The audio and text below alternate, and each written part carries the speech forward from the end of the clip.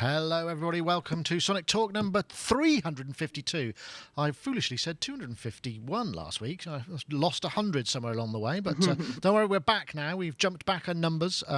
So thank you very much, everybody, for joining us. I'm trying a new thing. So if you joined us this week from the front page player, what I've done now is I've added a little thing so that while we're broadcasting this, the player will appear on the Sonic State homepage in the sort of crass, completely commercially driven attempt to increase the number of live viewers, just because it's just fancy seeing if I can break the streaming server as well while I'm at it. But anyway, welcome everybody. I want to say also thank you very much to Isotope, sponsors of this week's show. There'll be a message from them later, but don't forget you can get demos of all of their stuff pretty much just by going to the site. 10-day fully working demos, well worth a try, and they've got a lot of good stuff to try out. We'll be telling you a bit more about something specific later. But now we're going to go to our live viewers. I think we'll come to Mr. Richard Hilton. I haven't seen him for a little while. Rich Hilton there in sunny Connecticut. Rich Hilton, of course, is a keyboard player for Chic. Every single festival poster I see or advert for a festival Chic are playing at in the whole wide world basically coming up. And you are going to be a very busy guy. Also, studio guy for Noel Rogers as well. So lots of travel for you coming up then, Rich. Yep, looks that way. Still excited. I imagine now the thing is you're playing these sort of higher quality festivals. You're getting a better class of rider, more luxurious limousine type travel, 5-star hotels, all of that stuff. Say it so. We're always treated very well. Excellently put there, Rich. Thank you. And so how's is there time to work in the studio these days, or is it all about getting gigs There's going? a lot of, not only is there time, there's fairly constant time. There's a lot of studio work going on right now. Right, well, that's great. I mean, busy. Yeah. Always good to be busy, Yes. particularly in this day. Yes, very busy and enjoying it very much. Super. Well, thank you very much, Rich, for joining us. I had most of the day off because my child's teachers are on strike today. I'm not sure what it's about, but I'm sure it's worthy, and I fully support them. It's been quite nice to have them home. So anyway, but now they're gone, and I can swear. Not that I intend to. And not that it usually stops me, frankly, but hey, I'm going to do it anyway. Right, I'm going to go to Mr. Robbie Bronneman over there at Robot Studios, where he's crafting soundtracks, pop classics, synthesizer, analog business. I mean, songwriting. I don't know what you don't do there, really. Probably don't do. Let me see. Juggling. Windows startup sounds. That's what we want. That's what we'd like, isn't it? I've never had a Windows computer. Don't even know how to turn one on. Now that sounds like the perfect credentials for actually creating the next Windows startup chord. Imagine getting the royalties for that, eh? Whoa! Yeah, the irony of it. It'd be perfect. If anyone's listening, I'll take 10%. I'm sure it's a buyout these days. Anyway, Make Robbie. sure you get the equipment in place. Yeah, how have you been, Robbie? You well? Very good, thanks. Yeah, I've had to go to the doctors this week because I've got a bit of eye strain. I think it's too many hours sitting in front of these screens. Oh, really? Yeah. Gosh, that doesn't sound too nice. And how does that manifest itself? Is it blurry or just pain? Well, kind of my 2 screens become 4 screens. I can totally understand. So you're going cross-eyed. Yeah, basically, yeah. And lusting after something like that Stephen Slate Raven thing just for blowing up plugins to giant size. Yeah, I'm with you. My eyesight's gone a bit this week as well. I'm having to I'm just hitting the screen zoom plus on everything. It's like, oh yeah, I see it in the back again. Just want to get some presets for that, Robbie. That'll sort you out. Then it'll be massive. Yeah. Anyway, thanks for joining us, Robbie. Of course, Sushi Friday Music on Facebook. It's facebook.com/Sushi Friday Music. I know Jan Van Eaton in the chat room has been gagging for a link. I don't know if he's there. Oh, yes, there we go. Okay, Sushi Friday Music. Thanks. Finally got that, John Van Eaton, a long-time listener. And we'll go to, Gaz Williams. Gaz Williams over there in Bristol, music technologist, professional bass player, and soon-to-be owner of Electron. I can't wait. I'm very excited about that. It's, well, and I'm looking forward to sort of syncing it with the OP1 as well. Actually, they work really well together. I don't know if that's some sort of Swedish pact that they've got going on, but that you can control the the tape of the OP1. The tape. I got my OP1 here. There's like the tape thing there, and it'll the analog keys will actually, you can forward, and the sequencer will work in sync. I believe it's called the roll mop protocol. Here it is. It's gonna be mine. Yeah. I'll tell you what, I haven't used up all that new synth smell. It's still very smelly, that box. Oh, good. But I was just mentioning that OP1 has just had an update today, and Yesterday. That's quite exciting. It's quite exciting partly because this is a product which is about 3 years old now, and it is continuing to have these free updates which keep bringing new and exciting stuff into it. Like, for instance, now the new OP1 update includes like a synthesizer called the D-Synth, which I've got here, which they've changed the interface, because the only video I could find about that was a beta that was posted. So, can you hear this? It's quite nice. It's much better than I was expecting. It's kind of the most traditional synth on the OP1, because all the synth engines on there are pretty bonkers, really. But it's still pretty bonkers as well as being fairly normal, so that's cool. And the Etch-a-Sketch, which I'll try and demonstrate there. I don't know. It's probably a little bit hard to do this. It's going to be, so you're doing it backwards. Oh, no, that's the volume knob. Oh, what am I doing? Wrong control. What could possibly go wrong? No. Yeah. Here.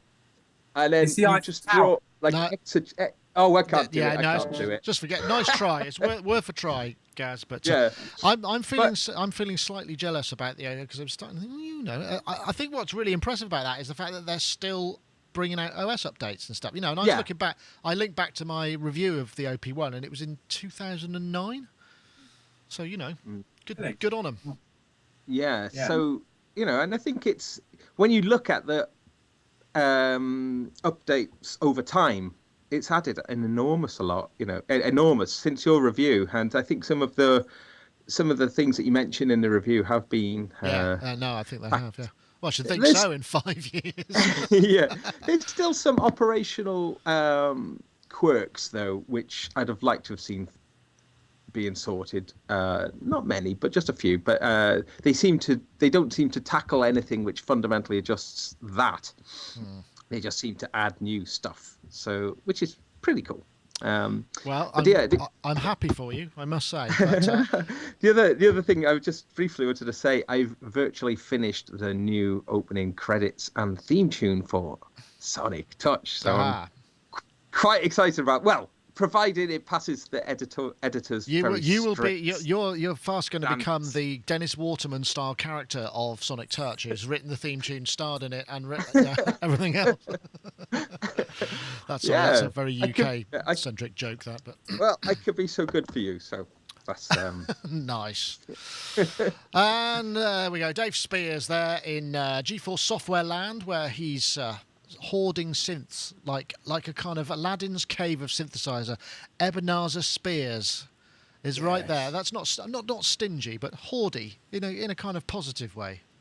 I've got loads out on loan at the minute. It's like, who's got this? Who's got that? Have you? Somebody's just sent me a link to a 1967 RA Moog modular, which was owned by the Monkees and also Bobby Sherman. And I was just looking at the pictures in the back of it, and one of the modules, it's a 911A, says represented by Paul Beaver. Is that the UK one? Beaver and Krause. No, this is an email me with your offer. So, what do you reckon? 20 quid, 30 quid? Yeah, no, start at 10. Okay.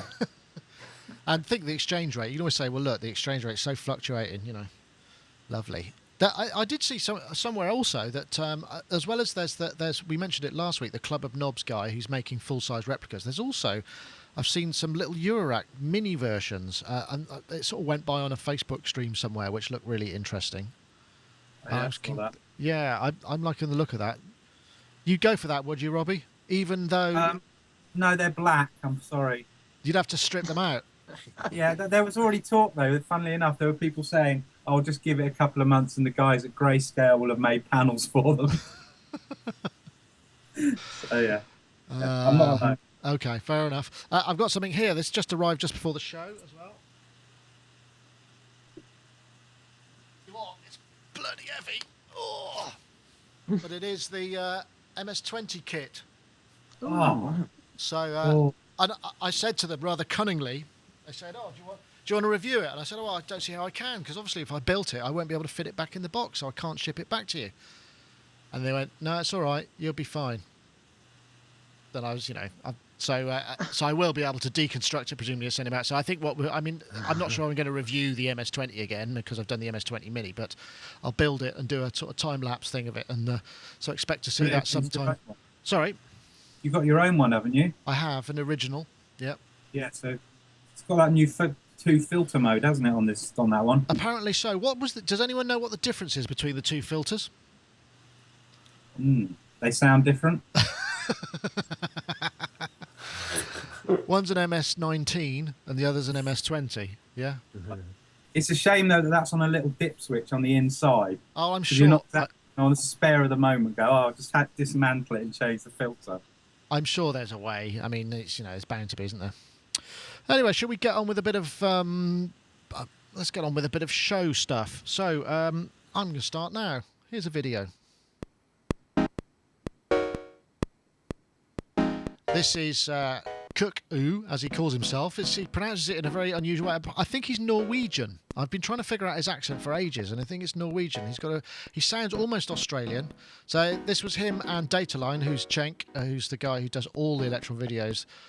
They sort of get together, and they were just doing these random jams, and that's what Cuckoo puts on his website via his Patron channel. He puts on a lot of sort of electron jams and just writes songs on the fly, although I'm sure there must be some prep. But this was a series, I think there's 8 of these. And the only reason I put them up here, put this up in there, wasn't really to kind of show that there's another man who's as bald, if not balder than I, playing a synthesizer. As you can see Cenk's head down there as he's doing whatever it is. It's to do with really more the idea of jamming.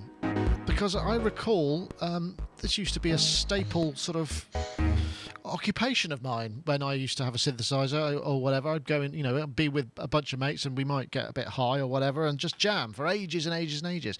And it seemed to me that perhaps that whole process seems to have been suppressed, shall we say, with the advent of this ability to kind of run everything yourself in your own electronic studio and what have you. And I wonder whether or not it was just me, whether I was being cynical or whether I haven't got any friends who I jam with, or whether there's an issue with confidence, because obviously, exposing your musicality to people like that does take a certain amount of trust as well. And I just thought, well, I think especially if you're as unable to do it as I am. Dave, do you get people to jam in at your studio, or do you just keep it all for yourself?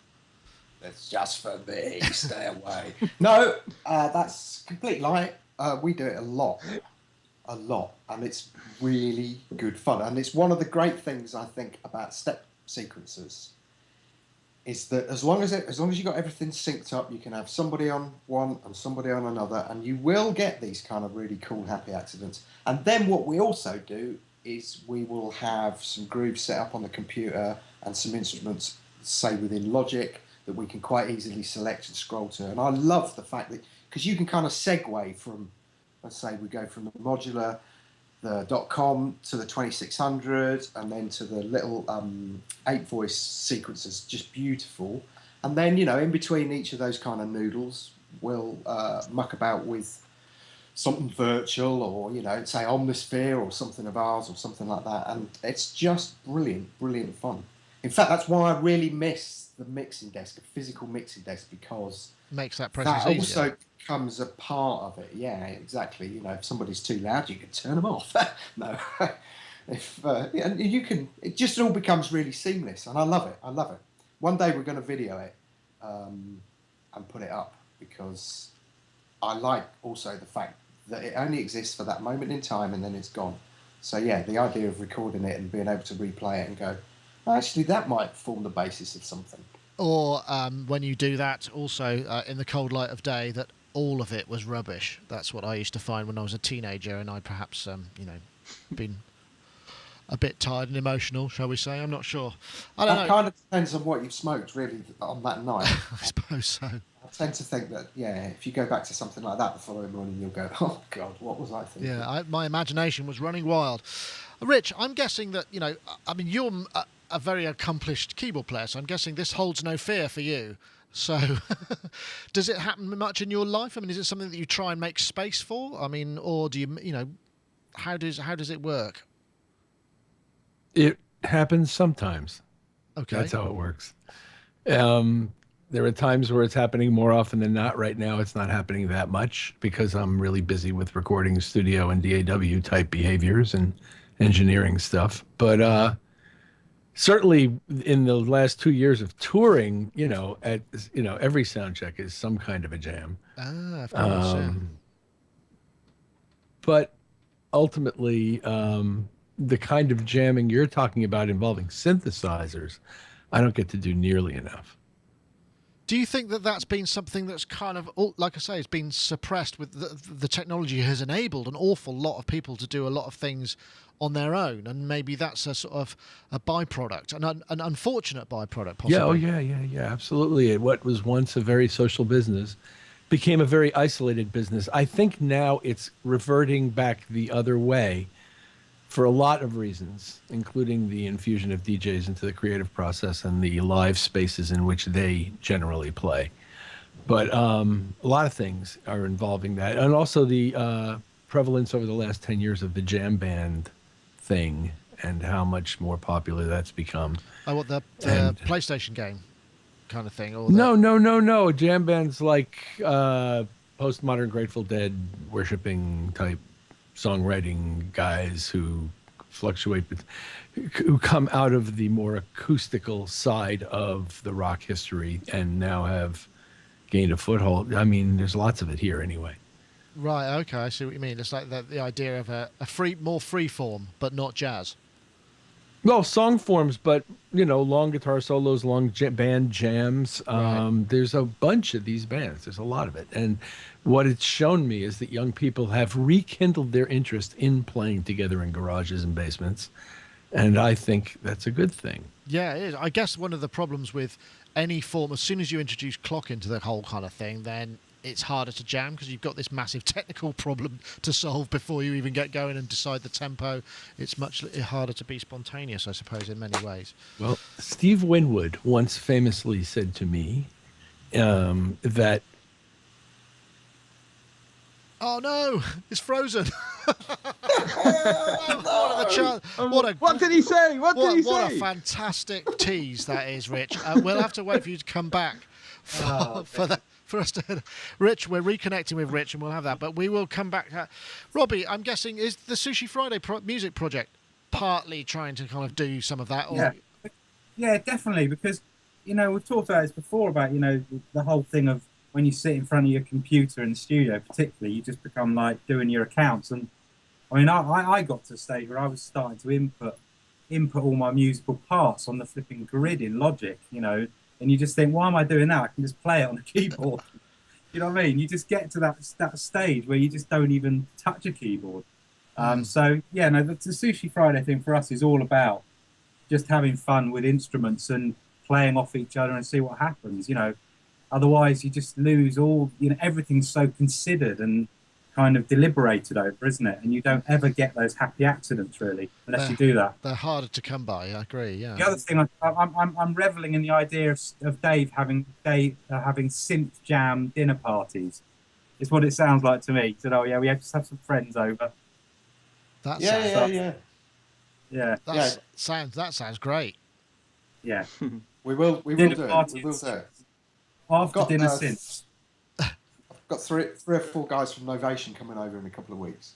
Ah. That'll just be like one big jam fest, and they're all pretty accomplished players and noodlers. So yeah, good laugh. But I mean, I remember it's funny when I saw this topic, I was like, we deliberately made a decision to buy gear that allows us to do that.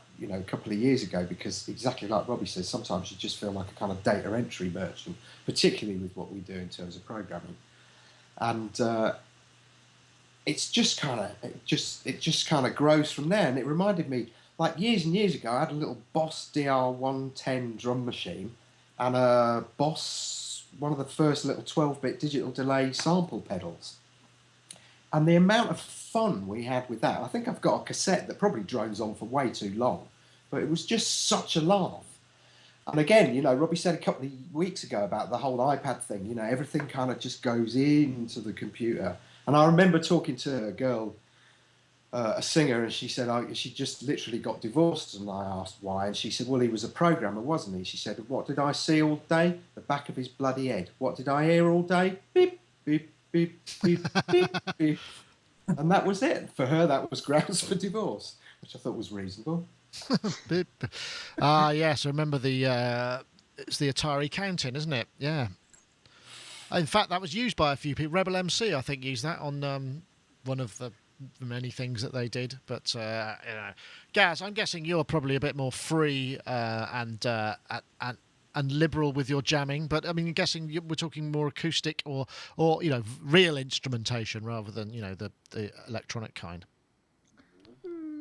Not necessarily, but definitely hugely big fan of jamming, and it's been an enormous part of my life, really. But interestingly, me and Cuckoo have arranged to have an online jam, which we're going to hopefully stream, or at least make the result of it watchable online. And he's going. So that's one of the things. Once I decided I was going to buy the analog keys, he helpfully said that he'd show me a few things, and from there we've discussed sort of maybe having a little jam. So we think we're going to try that idea that you can do certainly with Ninjam, where you have a jam which has got like a clock in order to keep you together, but it adds extra latency. I think we've talked about this before, where the latency, to get around the inherent problems of jamming over the internet, you have this thing where it makes the latency one complete bar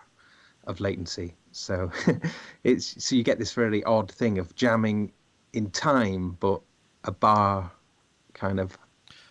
It's a bit. It does get a bit Back to the Future when you think about it, because it's like if you're getting it a bar late. But so I shall let you know when when we've done that. But I think, yeah, I mean, jamming is a way of life, really. I think as well. I think it's a form of communication. I mean, I used to live up this mountain with my whole band. We like the Monkeys, living in this farmhouse in the middle of nowhere. I was just seeing that Gazoo and Yazoo world tour. That just looked like such a fantastic bill. That's bull art in the chat room. Gazoo and Cuckoo and Yazoo. But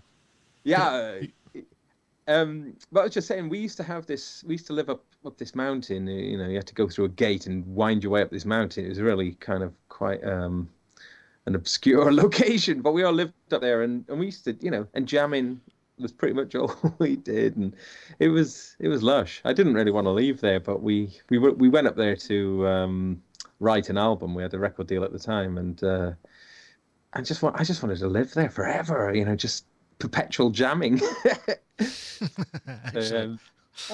Yeah, I think it's good for the soul. I think it's really yes, I think you're probably right there. As interestingly enough, I mean, and Cuckoo he's a very compelling individual. I mean, not only that, he's got a real he's very immediately visible. I'm here. We got Rich back. Well, it feels only right at this point. Just let me go and get you, Rich. I'm just going to go. So suspenseful. I'm sorry. It's a fun. Your video is in and out a little bit. So maybe we'll just. Yeah, I'm working on that. Okay, all right. Let me see. There we go. There he is. Okay, just give me 1 second. I'll come and get you. So, Rich. That was funny. That was so funny. Am I on? Can people hear this? Yeah, we can hear you. All right. Well, what happened was it's really, really windy here. I mean, like really windy, and the power in the house went down for a second. Wow. And everything shut off. There he is. So, Rich, what did Steve Winwood say? He said, when you play to it, boy, it didn't have this. It wasn't intended to have this kind of weight to it. You know what I mean? He said, when you play to a click, you're playing with somebody who's not in the band. Yeah, I guess that's a very valid point, and it really does. I mean, I Well, always, and if you look at his career, he hasn't played with clicks in a long time.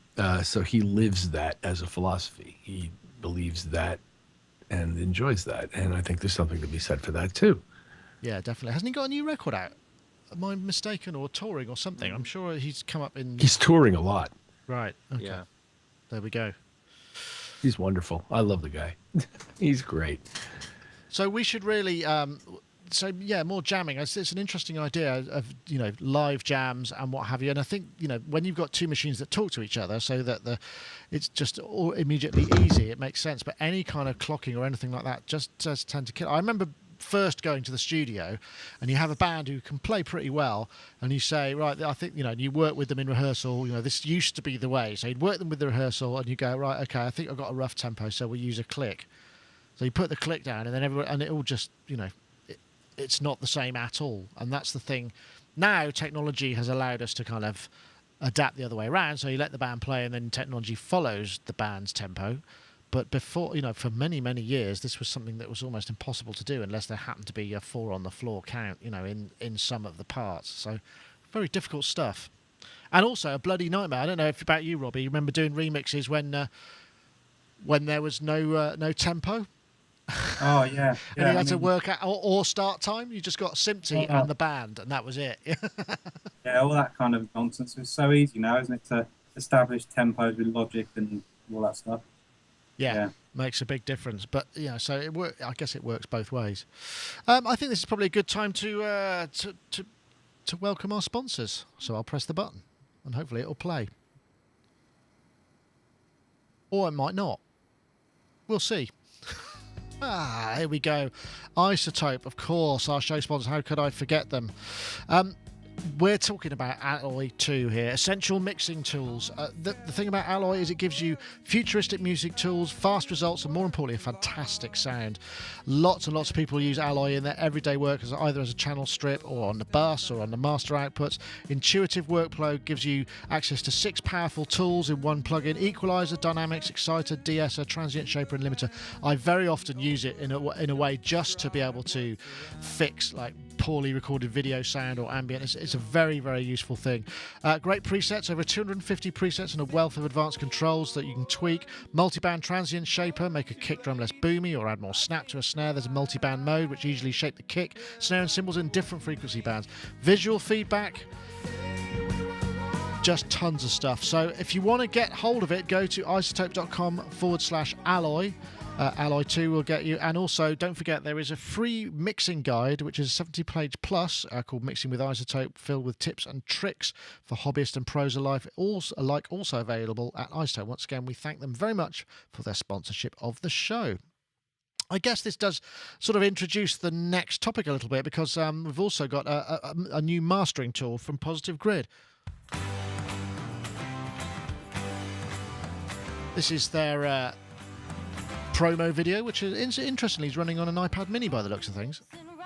Either that or the guy's got massive hands. But every night you fall asleep afraid. Sing yourself a lullaby. Grow your hair down to your thighs, but you know you're gonna give yourself away. So you tell your mother you almost do well. I won't play it all. I'm guessing in that instance what was happening was it was mastering from a playback from a file on the unit, but you can apparently run this from an audio interface and process in real time. I know, Gaz, we've reviewed the Positive Grid stuff, and that the bias, the amp is a pretty awesome piece of software. So I guess we'd be expecting good things. But does it have a place on an iPad, or is it kind of a bit weird? I mean, it's strange they use an iPad Mini even there, because I mean that looks fiddly as hell. It's a very nice interface, though. I got to be honest. They sent it me early, and I've had a good play around with it. And it's quite interesting because it is definitely based on Ozone in many ways. There's lots of, it's sort of almost like a tribute to Ozone, if you will. But it's got a very nice user interface. Very, very nice, I have to say. It's it's very intuitive, and having all of those modules. Because I use Ozone so much and have done for so many years now, so I felt at home with it straight away, because this whole idea of having all these modules that you can just bring in and I think for me, if there's an issue with it right now, though, is that you can't really do wave editing on it. So it would be nice if it sort of feels like that it's not enough in a way, just as a standalone piece of software, because you want to be able, if you're mastering, just being able to have control fades and all sorts of things like that. I'm pretty I sure see you what you can't mean. do. It's just going Yeah. to be, something comes in, goes out sounding better, but that's about as much as you can do with it.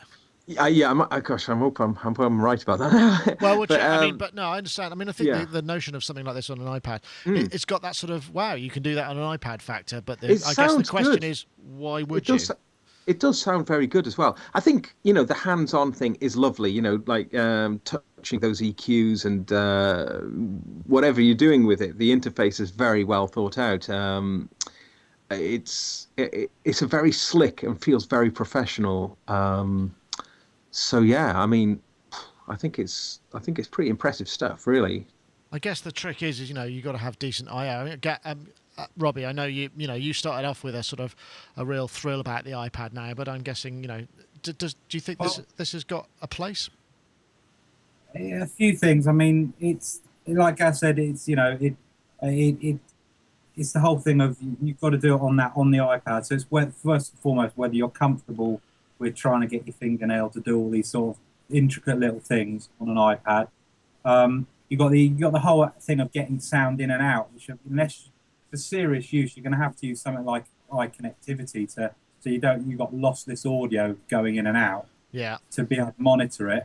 I mean, I don't know how it works. Do you render files and then just back them out, upload them somewhere? Is that how it works? Yeah, there's there's very good connectivity in the sharing and that side of things. It does work in real good. time on audio as well, does it? Coming in. That's true. Right. Yeah. I mean, the other thing is to say, isn't it? It's just like the more and more we all have mastering tools available to us at silly, cheap money. It just means the more and more everybody has a go at it themselves, and some people do okay, and other people's totally cock everything up. So it's just it's kind of a double-edged sword, isn't it? In the right hands, I'm sure it'd be very useful, but again, there'll be loads more people now who go, great, I'll just whack the music into my iPad and make it as loud as I can, turn it into a square wave. You know what I mean? The toothpaste approach. Yeah, I guess you're right there. But I mean, yeah. Yeah, it's an interesting idea, but I mean, it's all gradually moving in that direction. I go. And Rich, you became a fan of the iPad. Have you got a mini, or are you still on the fuller size one? Mini iPad, that is. I have the original, what I like to refer to as brick Classic. iPad. The iPad Classic. But my latest toy acquisition is this thing, which is the Kindle Fire HDX. Ah, okay. That's I bought for purposes having absolutely nothing to do with music. Android based, isn't it? Pardon? Android based, right? It is apparently, yes. Yeah. I quite like it. I'm enjoying it very Cool. much. It does what I wanted it to do. Has it got a mastering app on it? No, it doesn't. there Which you go. encompasses a set of things that I don't necessarily need to do. Yes, I Mastering certainly anything that I had anything to do with is dodgy business. To me, the answer to the question, why do you master, had better be because I want to hand this project that I have considered now for some concentrated period of time to somebody I trust enormously, who can then take it to another level for me. That doing things that I didn't anticipate or couldn't foresee. And nowadays, the process tends to involve a simultaneity between the mixing and the mastering. Sometimes guys bring their multi-track rigs to the mastering. I mean, it's because sometimes the mastering engineer can't get what he wants to do what he needs to do, and you now have the capability of recalling that thing.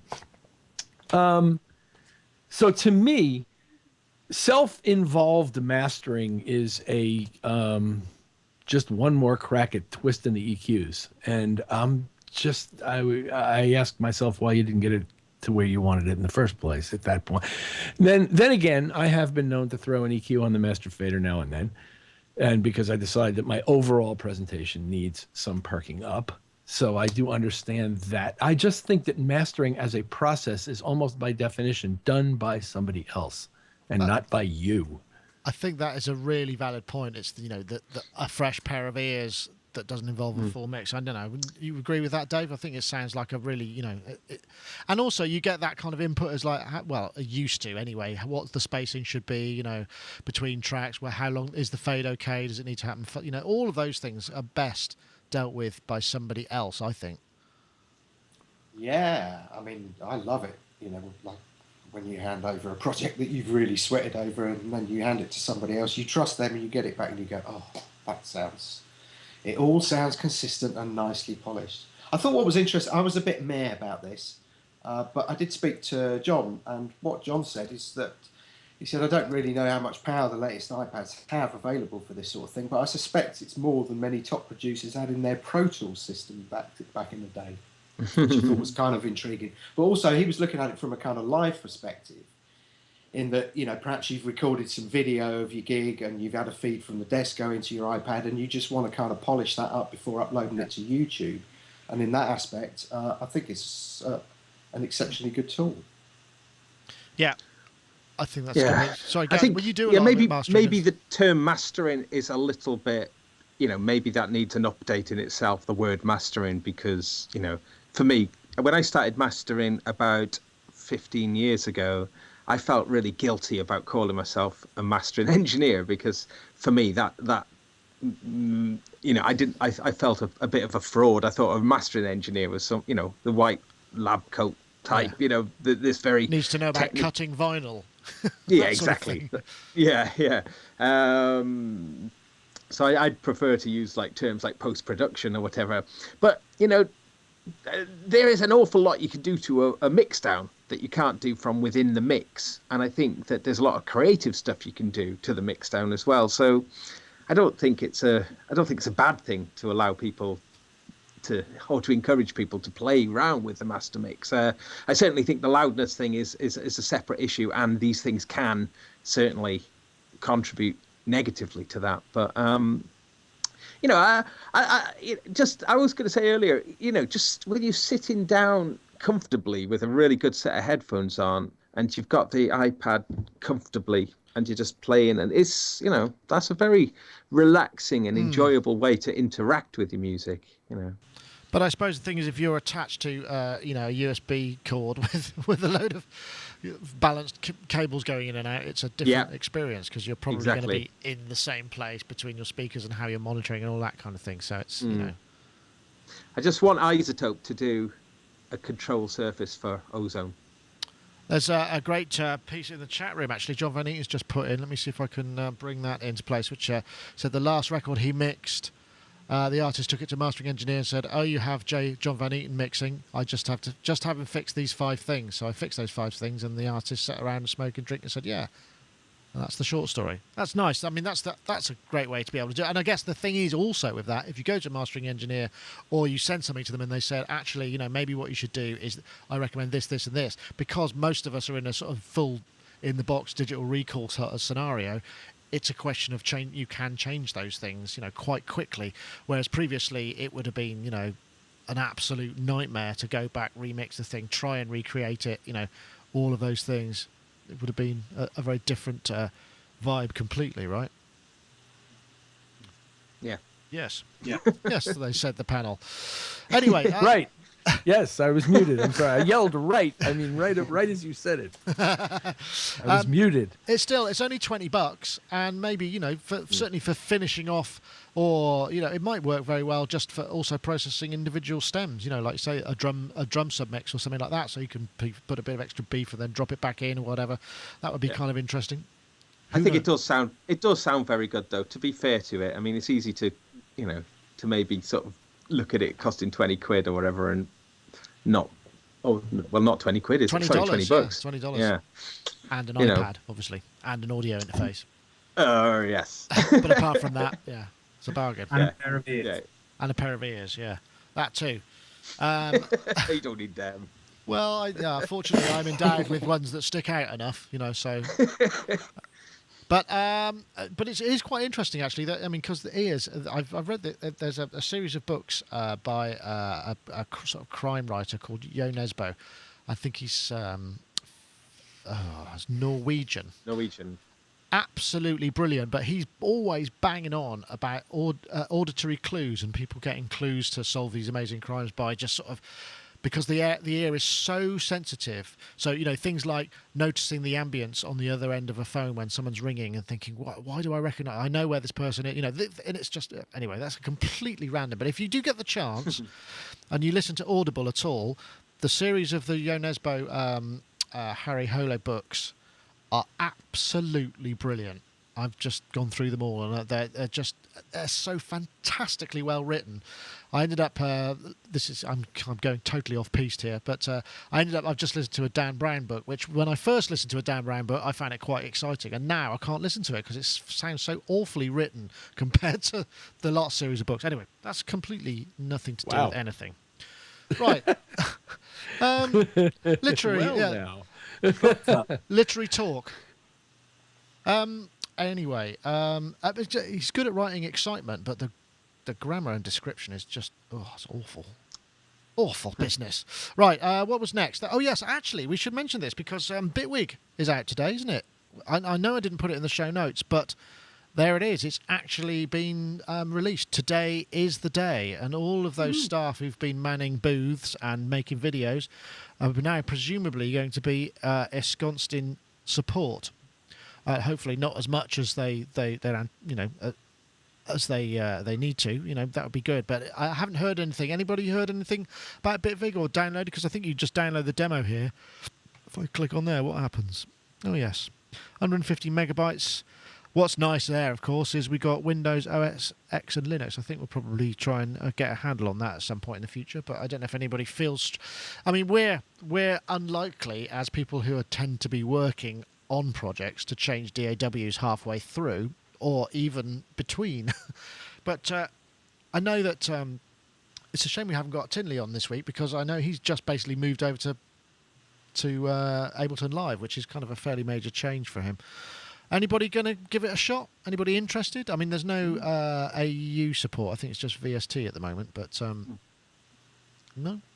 Yeah. Yeah, sure. Absolutely. Consider giving it a shot. Has anyone? So I'm just curious as to what people think about it. It'd be great to know about what it does on Linux. I think we're kind of stuck with various audio drivers and stuff. Have you had anybody calling you, Dave? I mean, are there any issues for Can you? Presumably your VST stuff will just run in that, and you can just sit back and watch it go. In theory. I don't know is the honest answer. When you were saying, is anybody going to download it, I was thinking, yes, we will be downloading it and verifying that all our stuff is fine on it.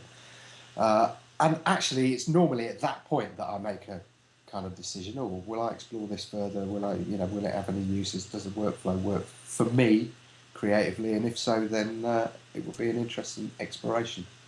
But that's normally where everything is based around that. I download it to test, and then we make a decision. See how you get on with it. Yeah. Yeah. Interesting. I know, Rich. I mean, you did we talk to you about you were working on you got hold of another DAW recently, and you were trying it out, or am I completely imagining it? You're going to give it a shot. Was this something that you? I mean, do you feel you have to give something like this a shot just in case it's like, wow, Niall, this is the way this would open up so much more possibility? Because you use live, don't you, in some aspects of what you do? All of that is sort of true. All of that, the basis of that is true. I use live sometimes. Most of our work is done in Pro Tools. I do try to keep aware of all of these DAWs, and so I am interested to understand more about what makes these guys unique as compared to the Ableton Live, way of working, which I'm already comfortable with. So I want to know about it. Yeah, it'd be interesting to see how much is. I was beta testing it for a little while, but as with many things, it takes more time and effort than I probably had to give it the. I think I found a bug but that was just in the fact that it uses the network IP address, because it's got online collaboration, it's got all sorts of, it's like online verification, that sort of thing. So I mean, it's quite, or it has to serve to itself. I'm already out of my depth. You got to serve somebody. Yeah, that's right. Nick, Yeah. I was just going to say, something on that DAW thing was, I was quite interested a while ago. I was working on a couple of tracks with an artist from the States called Seven Lions, who's like a very big artist now in the kind of the progressive dubstep scene. And the stuff he's doing is absolutely amazing. And he was working in FL Studio. And at the time I thought, oh, you know, there's obviously some really interesting things within FL Studio which I'm missing out on, you know, different types of processes and stuff you can do. And I saw that FL Studio guys said that they're never going to do OS X because it's just far too complicated. But I recently saw that they've announced that they're now actively looking to develop OS X for FL Studio, which I thought was interesting.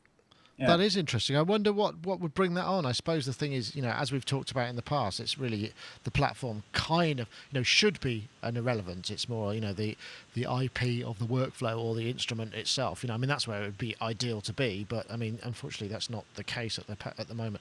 I'm guessing but the thing is, I'm guessing something like Bitwig, which is multi-platform, simultaneous. So everything is at parity. All the features are at parity, which is quite a unique and different way to work, certainly within music software, because that's very hard to do, I think. And I think they've written something that means they write this top level of code, and then they've got this translation there in the middle that spits out all the different versions, and presumably they've been working on that a lot, which means it's easy to do. So that might, I suppose, move things on a pace into that direction. I mean, Dave, that would be a joy, wouldn't it, if you just didn't have to worry about platforms and it became whatever. Just, yeah, I've got a great idea for an instrument, let's have it. You're muted, Dave. Yeah. Oh, yeah, there you go. No, you're not. It would be lovely. It would be absolutely lovely. But we'll try it. Yeah, one day. No, it's funny. It was when you said there's no AUs, just VST as well. I kind of went, uh-huh. At the present time, well, yes, but and I think that's because they could do parity. If they put AUs in there, then that's when one platform has to be developed separately and away from the main feature set. So, yeah, interesting. I'm not sure what it costs, though. I didn't see the price anywhere yet. Download. You can download. Where is it? Shop. I'm going to click on that, see what happens. I could get that slight frisson of nearly buying something. Digital River Web Shop. Let's have a look. Quite expensive, isn't it? Yeah, it's not a. It's not Logic. Wow, 277 quid. Okay, that seems so. I'm guessing. What's that? If I go to dollars, what's that? We'll have a look. US dollar. Wow, $478.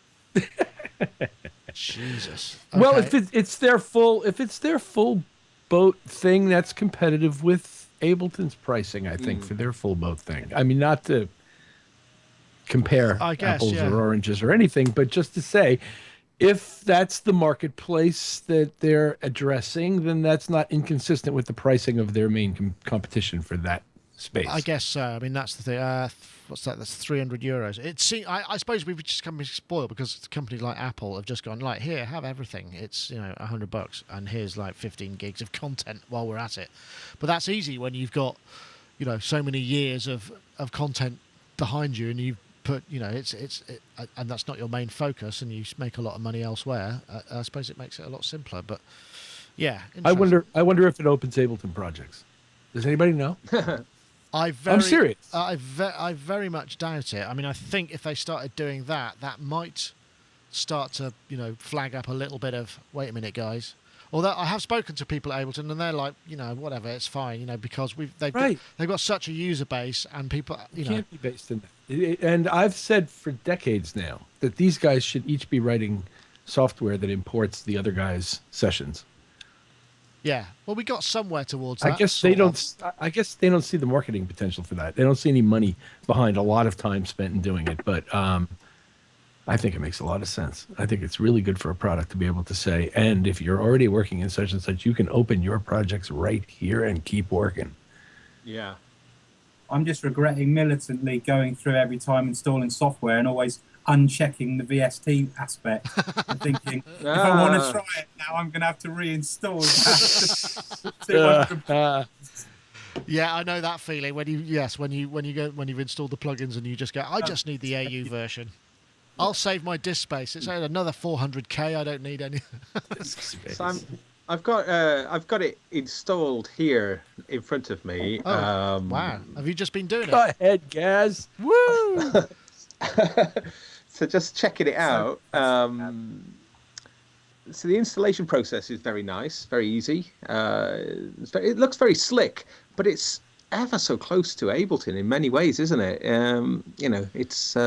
It's got so many of the similar features. So it's quite interesting because for many years, Ableton Live session view has been largely unchallenged, really, in the serious DAW market. So I think that's quite interesting because, I know you don't like working that way, Nick, do you? It's not that I don't like it. It's just I've never got that. I don't understand the workflow of the jamming clips and then flipping it over and flipping it back. I just don't get.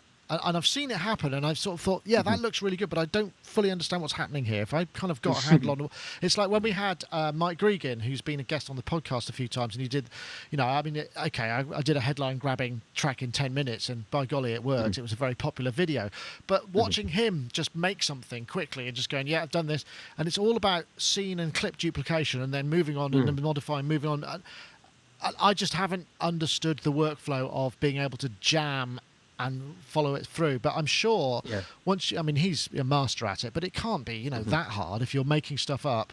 It's just a question of understanding the workflow. And I think there's actually quite a lot of room for education in that department, because I have never been educated on how to use it properly, I suppose, or use it in that way at least. Right. Okay.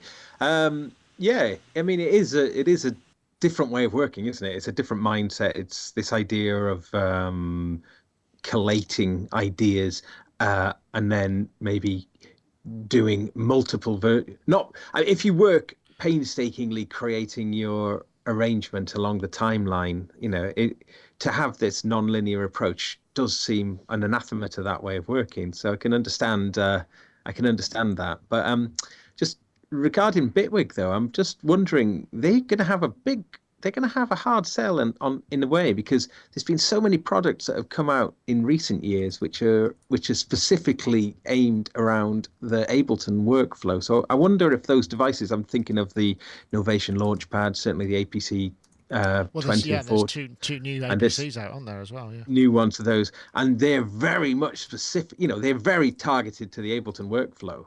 So I wonder if Bitwig is going to be able to adapt those controllers. I think if they don't, one, haven't they? Sorry, Nectar, Panorama. They already said from the outset that they've got all that sorted with Bitwig. Yeah, well, Nectar are distributing Panorama, actually. Sorry, Bitwig rather. So they'll be the air boxes, as it were. So I guess that's the thing, really, to see if Bitwig becomes a success, whether it can get the hardware on board, really, because when you play with hardware with Ableton Live, it really does make it feel like an instrument, this interactive process. So I think if Bitwig has a good degree of that as well, I think that'll help it along. Yeah. Well, we shall see. I mean, it's early days yet. I mean, they've gone fairly high with the price, but they've obviously spent a lot of money on development, so they're going to have to recoup some of it. So, I mean, it's just, to get people to jump, they're going to have to get new users, because people aren't going to drop $500 that easily if they've already got a DAW that they can already work in. So, we'll see. We'll see. But I sort of threw that one in without any kind of preparation. I just realised that it was today. I thought, let's have a look. What we could do. Does anybody have a handle on the panning up and down question? Because I thought that was quite an interesting concept. But if nobody's got any kind of ideas on how we could discuss it, then perhaps we can move on to one of the other topics. I did ask John, John worked for a company called Sensora years and years ago, which did all the kind of 3D stuff. But it's quite a long-winded reply, so you might want to move on. Okay, I don't know. I was glad that you were here, Rich, because I also thought, you can't do it maybe in physics, but in perception. Before I start, let's just trail it and then see if if it goes anywhere, because this was Please. It was on Reddit. There was I haven't seen it yet. on Reddit. All it was a question: is it possible? Obviously, you can pan left and right, but what happens if you want to move items up and down within a mix? Is that possible, or is there a way? I mean, obviously there's no up and down pan pot, but it made me think: is there a way to make things seem lower to the ground, further up? And I just thought, I don't know that there is. And I did look on it, and I wondered whether there was any. But I do remember hearing an album, Ingenue, which I've banged on about before, which is a K.D. Lang record, and hearing it on a pair of electrostatic speakers, and just going, I can hear how tall the tambourine player is. It actually felt like the tambourine player was up there, over to the left a bit, sort of up a bit. Do you know, it was really, really curious, and I don't know how the hell they did it, whether it was, whether it was me, but so that's why it threw up, and I don't know that there is a way to do it. I just wondered if there was, Rich, if somebody asked you in a mix, say, I want it to feel like, somebody's tapping their foot, and you're hearing it coming from the floor rather than, centre image.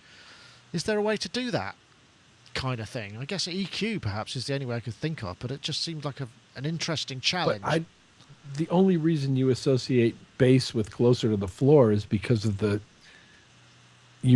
what those things are that create bass, and most of them are close to the floor because they weigh a lot. I'm skeptical about this, shall we say? Okay. Yeah. I don't think this is easily achieved, and I don't think we as humans are nearly as acute in our perception of height as we are in our perception of width.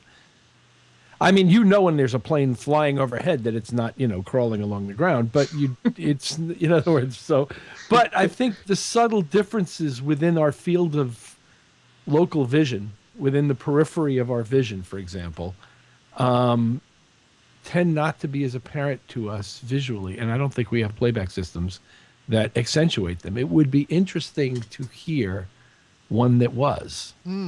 Yes, I just thought there might be a technique that was used or not. I'll bet you in Vegas. Sorry. I'm sorry, Robbie. That's all right. I just thought I seem to remember years ago a plugin by a company called ProSonic called Ambisome, which was like a plugin that had a little ball that allowed you to lift it up and down as well as left and right. And I seem to remember that having some sort of weird sort of binaural kind of effect on hearing stuff, certainly on headphones, with it seeming a little bit like that. I don't know how effective it was. But it's obviously been explored before. I've never heard of it, but yeah, I mean that kind of whole it's got to be down to psychoacoustics, hasn't it? Really, I mean that's the only way I can think it could be done.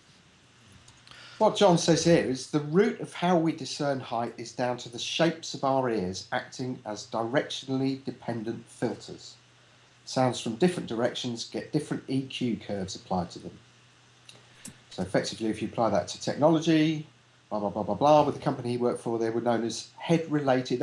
He was saying that they measured over 1,000 impulse responses to measure the frequency response of the ear from various directions in the sphere around the listener, over 1,000 of them in the case of this company he worked with. And these were known as heat-related transfer functions, or HRTFs. And then combining those with interaural time delay, they give an all-round positioning. But how effective it is depends on both the sound and the listener. After all, how do we discern the difference between sound EQ'd by being in a particular position and just being a slightly different sound and just having a slightly different sound? So all this other supporting information helps. And then he says, by the way, I seem to remember that vertical positioning was mostly dependent on higher frequencies, somewhere around 8K, but it has been a while. So there you go. Ah, interesting. Well, there's a challenge, but yes, apparently there's also a plugin in Reaper, according to the chat room, and I guess any of the sort of 3D type stuff is going to work in that degree. But I just thought it threw up an interesting point, and I absolutely no idea about it whatsoever. So, Vox socks, anybody, or Cord clothing, or perhaps Revolver 4 sounds pretty damn good. see. Or doesn't it? This is coming out, we think, in sometime in May, and it's been around for a while, this software. And obviously it's very metal, but we can get to the point with schematics and changing the properties of individual components and stuff like that. So it's very similar to what BIOS but even more so.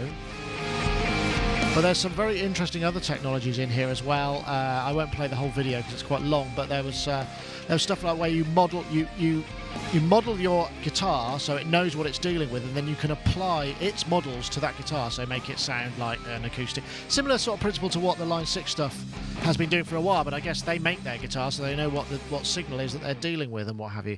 But the whole kind of notion of this reamping stuff that you've recorded.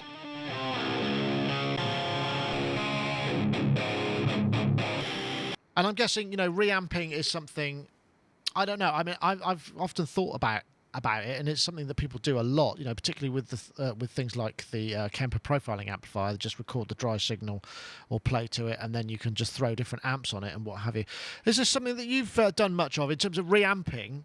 Is that something that you get the opportunity to do much of, Rich? Sorry. Oh, sorry. Not often in my day-to-day existence, no, but there have been experiences where I have, and it's a shame Mark's not here, because there were times during the making of the album that we worked on for Duran Duran, which was, gosh, almost 12 years ago. It was 12 years ago, where we did do some reamping using a Line 6 product that Andy Taylor was fond of. Was that Amp Farm by any chance, or was that because that was? Well, no. We used actual gear. In other words, it was a rack mountable piece of hardware. Okay. By Line 6. It was a pod something or other. It was one of the first products after the kidney shaped thing that they sold. Yeah, they did a rack version, didn't they? I remember now. Yeah. So it's been done for years. In my virtual world over at Niall's place, yes, I use amp sims a lot for him. Quite often. Excellent. But this does. I like some of them. I mean, if you've got a chance to watch the whole video, it's actually quite an interesting. There's an enormous amount of sculpting and scope. I mean, obviously, we were listening to this kind of new metal thing, but it was very authentic, I thought. And Revolver has got a lot of people actually, really do rate it, and 4 seems to be adding a whole bunch more. Gaz, have you come across this before? Revolver, it's a couple of £100, I think, but it still looks. So years and years ago, it was one of the very first ones, wasn't it? I mean, yeah, really, really long time back, before PV owned it, I think. Yeah, I mean, this looks like you mentioned BIOS, and when we reviewed BIOS, we talked about how that gave such a lot of depth. You could get in and change the transformers and various bits and bobs that you could do. But this goes to the next level, doesn't it? Sort of for tweakery. But there is always the same issue that always happens with these modelers, is that the physical effect of standing next to a loud amplifier doesn't get.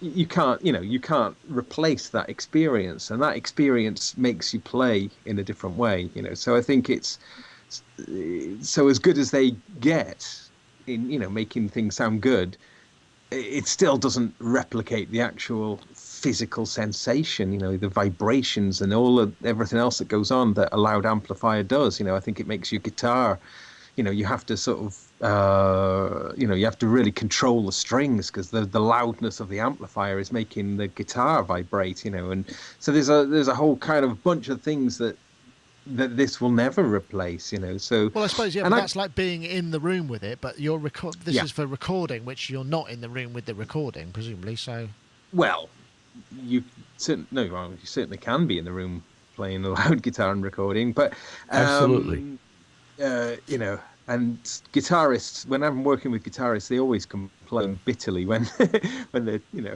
you put their amp into another room or something. They don't like so yeah, but I mean, I've got an old Pod X3 here, and that still sounds good. So I don't know quite how I just don't know how far this goes. Really, I don't. I know Right. guitarists are unbelievably picky when it comes to tone. So I think they're obviously trying to tap into that. I mean, Generation 4 is kind of a long way down the line with something Hmm. of this nature, and it does look fairly competent. I mean, Robbie, do you have to deal with guitars much in your line of work? I mean, and if you do you use this kind of thing? I mean, this looks pretty interesting. I mean, Uh, it might be interesting for synths as well, looking at it. I mean, I've got two guitarists that I always use and I trust because they're amazing at everything, and I just kind of put it in their hands, and I know when we're working on a project what kind of thing I want to hear in the track, and they're good at getting it for me because I don't profess to have any sort of background with guitars. But yeah, I mean, we've used quite successfully in the studio, particularly the soft tube stuff. We've used quite a bit. Oh The yeah. their amp modeling stuff. But yeah, I mean, I know it's funny. You have this whole thing with guitarists always. They never like the idea of not having the physical thing in front of them. Making a lot of noise. So yeah, I'm well used to that kind of argument with guitarists over the years for stage and all that sort of thing as well. Maybe But what we need, somebody needs to develop a kind of a fan that puffs air in time with the music, and you put it behind them, and a subwoofer or something, so that they just sort of feel like they get the sensation of that incredibly loud thing. And that might not be all that, because you get the same thing with it's kickers, isn't it, on for drum monitoring, where there's just put something in the seat and it kicks you up the arse every time you hit the bass drum. It makes you feel like you're getting a lot of air moved around you, but Yeah. so they Well, I've want to got get this thing. I have. start. Oh, I'm sorry. I was just going to say that they keep trying to. There's one you can stand on, one of those kicker things for bass players, and everyone keeps trying to get me to get one because I always have a sub on stage with me because I like to feel, even though I've got in ears, I like to be able to feel some of the bass. And so on stage, we don't have any monitors, anything at all, apart from this one sub that I have. So everyone's got this sort of campaign to get rid of the sub. you So, need a yeah. specially modified butt piezo electric vibration system. Well, they do them like a plinth you can stand on. Yeah, no, I've But- seen those. Yeah, Yeah, That's but they're, funny. they're incredibly heavy. That's the problem. yeah. I mentioned before, Nick, I've paid into a Kickstarter thing for a Wooja, which is a haptic vibration box. It's a small little kind of thing this big that you plug your head that comes in line to your headphone out into this Wooja and then into your headphones. And there's apparently two places that it works. One is on the sternum, and I think one is maybe on the base of the spine or something. And the theory is that if you put this box on, and you clip it onto your clothes there, Strap that it on is what you're transfers trying to. The word you were looking for, I think, when you strapping it on there. I don't know why that's funny. I don't know either. But the idea of this thing is that it's meant to simulate listening to loud music and the vibrations that you get from that. So I mean, my interest in that is for when I'm practicing my bass late at night and I want to sort of get a little bit more of a bass feeling. But I have really no idea. It might be a complete waste of money. So I think it's due fairly soon. So I'll give you an update. Yeah, once, that'd be interesting to know, because there's all sorts of those sort of things for gamers, aren't there? That you wear these sort of packs, and so explosions and loud bang. You feel physically. I know, Dave. You play drums. You've slouched in your Yeah. chair. Have you found a sweet spot for that Wooja? It's funny. It's probably subconsciously. You were saying about the bass drum kickers.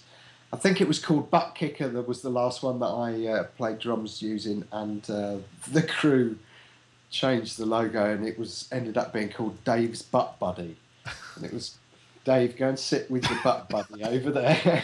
I can imagine. I- Did it work I though? thought- Did it kind of? Yeah, massively so. It was, and it's exactly what Gaz said. You need that kind of real impact feedback. In fact, I did this thing at some like a kids' college, and they were all using electronic drums, and it suddenly struck me. I was like, not one of these kids has experienced the feeling of just belting the crap out of the head and moving that air and feeling the vibration up the skin, just everything. So yeah, it was good. It was this was a long time ago. It was a club gig, and they didn't want an acoustic kit in there. They were charging per mic, if I remember correctly. PA company. Do you remember the Milk Bar in London? I vaguely recall it. It was in there. It was in there, and they were kind of, the PA company were like, no, we charge by the mic, and it's like double price for the drummer. And I was like, well, it's obligatory for me to have 57 microphones, and they kind of went, no, just use an just use an electronic kit. So I got it was a Nord drum kit, and then they pumped the thing through this Dave's Butt Buddy, and it was fantastic. It was really good. I guess the only thing that if you could, because with a sub, you could easily understand when it's getting too loud and uncomfortable. With something like this, if it's got a lot of power in it, it could really perhaps do you some damage if you were in the hands of an irresponsible monitor engineer. Yeah, it was quite good. I liked my Butt Buddy at the end of the night. But I'll tell you what was really fascinating from my perspective was the snare, because I'm used to playing that, or I was used to playing the rim and the snare at the same time to get that real crack. And actually, Dale was the bass player, and he said that he would always lock into that crack more than anything else because that was the kind of metronomic timing. And what I found was by the end of the night, because I'd had my Butt Buddy really pumping air, my wrist from the snare, but where I tried to play as loud as how I perceived the kick drum to be, was absolutely ragged. I mean, it was beyond the Simmons wrist days. It was battered. So yes, my Butt Buddy ruined me that night. Oh dear! As you can imagine, the jokes were just coming. They're coming back again to me right now. But I think we should probably save them for a more a less family friendly stream, perhaps. I forgot what even started that. I've completely. Where did that come from? I can't even remember now. Where was that? Oh, that was from Revolver. But Revolver, yes, Revolver 4 available from PV does look good. I actually would like to play with it a bit, but I don't think it's going to be around until May, or somewhere around there. It depends. Obviously, finishing a bunch of stuff. But there's some new technology. The ACT modelling looks really interesting. So you play your instrument in, it analyzes it, and then it can apply. It's the same sort of principle as we talked about with the Stephen Slate thing, where it's a known quantity going into an emulation, so it knows the frequency response it's dealing with, so therefore any modelling it applies to that is more accurate as a result of it knowing what it's dealing with, if you see what I mean. Does that make sense? Rich, I saw you raise your eye. Yeah, it does. I'm sure it does. Sure it does. Thank you. That's fine. So there was one last. I mean, we might have a bit of time for it. And there's obviously we've got the Vox socks and the Korg merch. So yes, Korg have announced some merch. It's very cheap. Look, there's T-shirts there for $2, $3. How's anybody going to compete with? I'm just wondering whether or not how can you possibly? Because I was thinking about maybe some T-shirts, and it's like there's just no way I get even close to that. So you can buy various, and I just wondered, as maybe a closing topic, who does the best merch, or who has done the best merch? And I could, I was struggling. I suppose my favourite one, the favourite one I had recently was the Micro Korg I like USB that. stick, which was kind of I enjoyed that one, but that was swag rather than merch, so it's not quite the same thing. I do regularly wear. I do wear these Access Virus T-shirts, and it's not because I'm a particular Access Virus fan. It's just they are such fantastic quality that they've lasted the longest of any T-shirt that I've ever had, and they are very warm. There's of course, there's the Teenage Engineering boots, basketball, like sort of like Converse boots. Yep. Okay, they're quite nice. Those. Very expensive, like all Teenage Engineering stuff. Also, Electron have got quite a nice range, yes, haven't I they? was just looking for that. Where's the online shop? I'm going to have a look at that now because they've got these kind of rather. Let's see, where's the merch? Yeah, keep going. Oh, there we go. And it is obviously expensive because I've been to their booth lots of times, and I've actually I've looked longingly. Bloody hell! Yeah.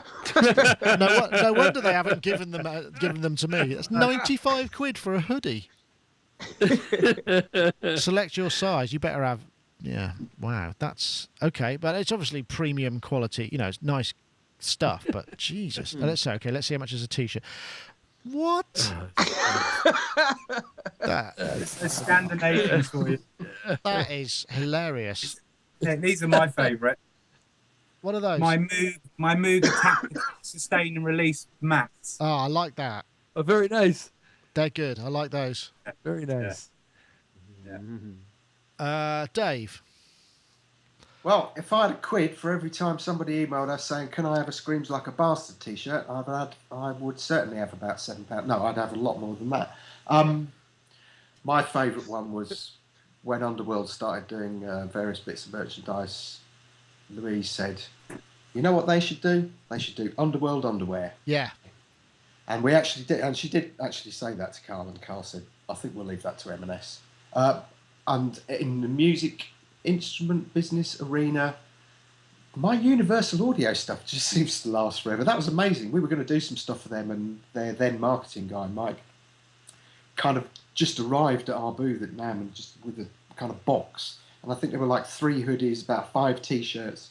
And they were all large or extra large. So Chris just kind of looked at me and went, "Well, they're for you then, aren't they?" And they've still lasted. I liked your synth top trumps you did. Yeah, that was good. Well, they still Good. sell by the bucket load. They really do. That's And, interesting.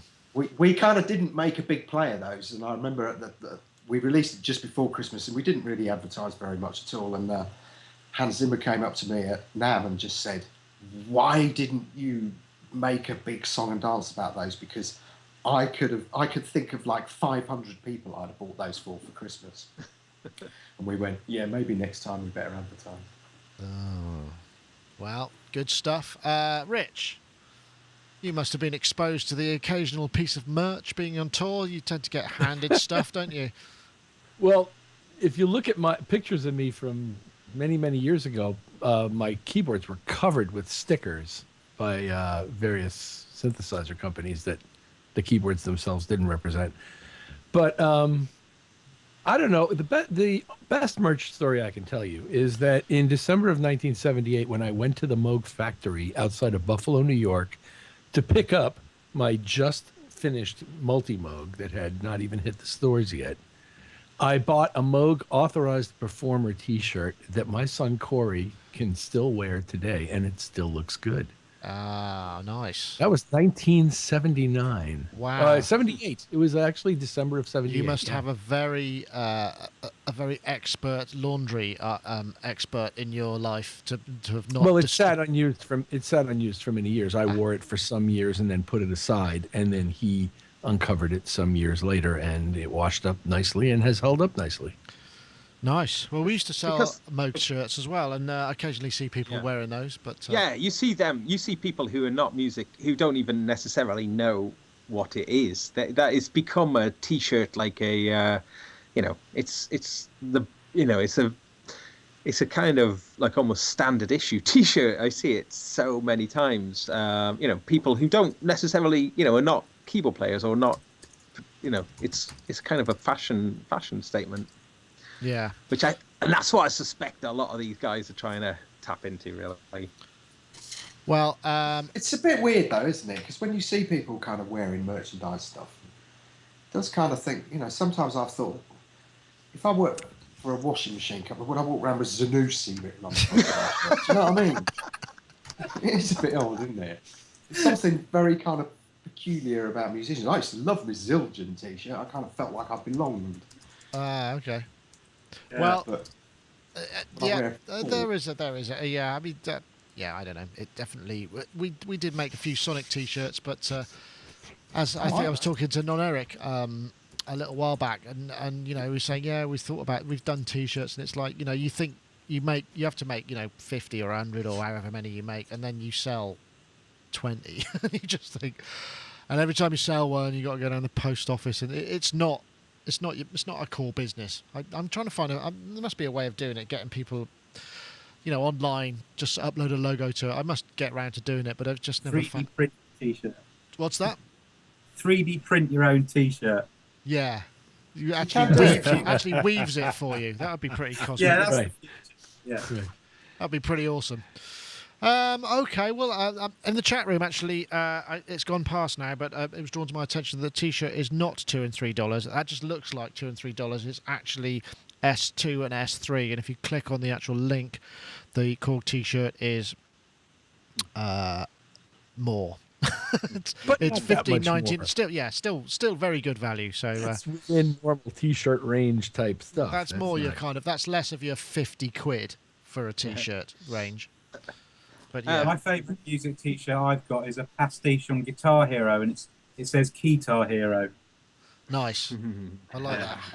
I don't think I've Sounds- got anything yet. I've just got this stash of Access Virus shirts, which, like I say, just fantastically well built. Right, I think that's probably it. There's no. Oh, Gaz, Nick. sorry.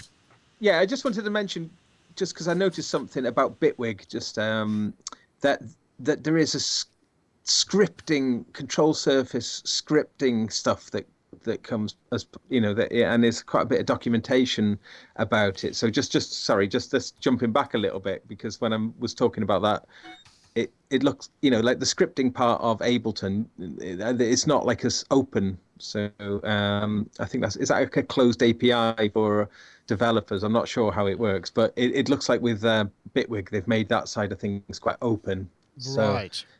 yeah, I just thought I'd just tag that on, because I was mentioning that about, I think that the success of Bitwig will be in its integration with hardware, and it looks like that they're obviously aware of that. And Yeah, no, they hence definitely need to do that. But I the mean, op- the thing about Bitwig is all underneath the hood. There's everything is essentially, it's kind of like Reactor. You can build all of these things. You can kind of all of the stuff that the devices and the instruments that they've made in a future version. You'll be able to pull them all apart and kind of see it's how a the little bit wires like Max for Live. kind of like that or kind it- of reactory kind of thing. Yeah. Right. That's interesting. Anyway, well, we wish them much luck, and it's always good to have more and competition. And the thing is as we've seen, that it goes in swings and roundabouts. Like we said before, Steinberg for a couple of years now have been really rocking it in terms of features. So great, and hopefully Bitwig will do the same, and everybody can push it forward, and we can see. I mean, I guess it's just a question of got to sell them, got to shift those boxes.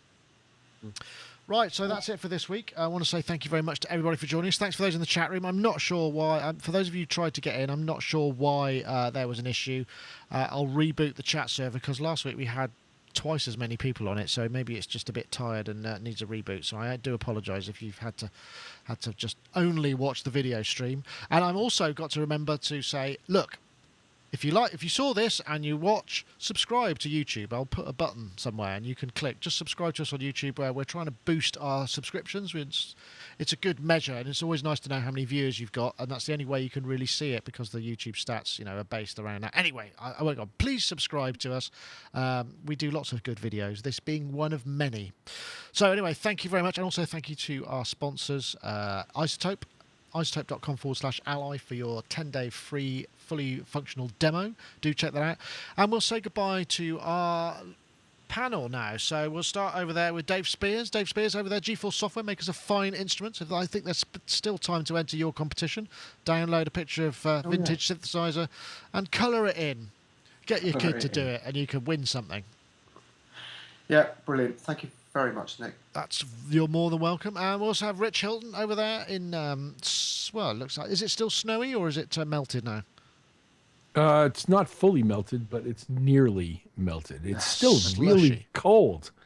No, it's still really cold here. That's a drag. Unseasonably cold, as they say. Yeah, cold here. I guess who's going to stay in a chalet this weekend by the coast? Oh, really? That'd be me.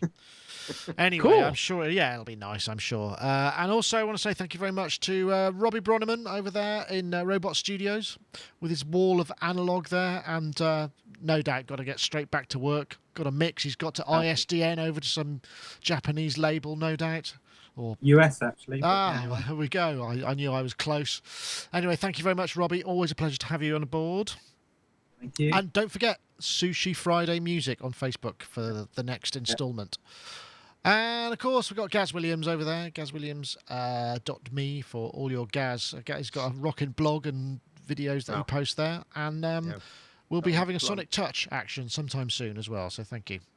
Yeah, thank you. And sorry, I didn't access the chat room, so I apologise for not Yeah, being right. involved. Sorry about the yes. Well, like I say, we'll try and fix that for next time. But in the meantime, I'm going to say goodbye and thank you very much, everybody, for watching. And I'm going to fade to black right now.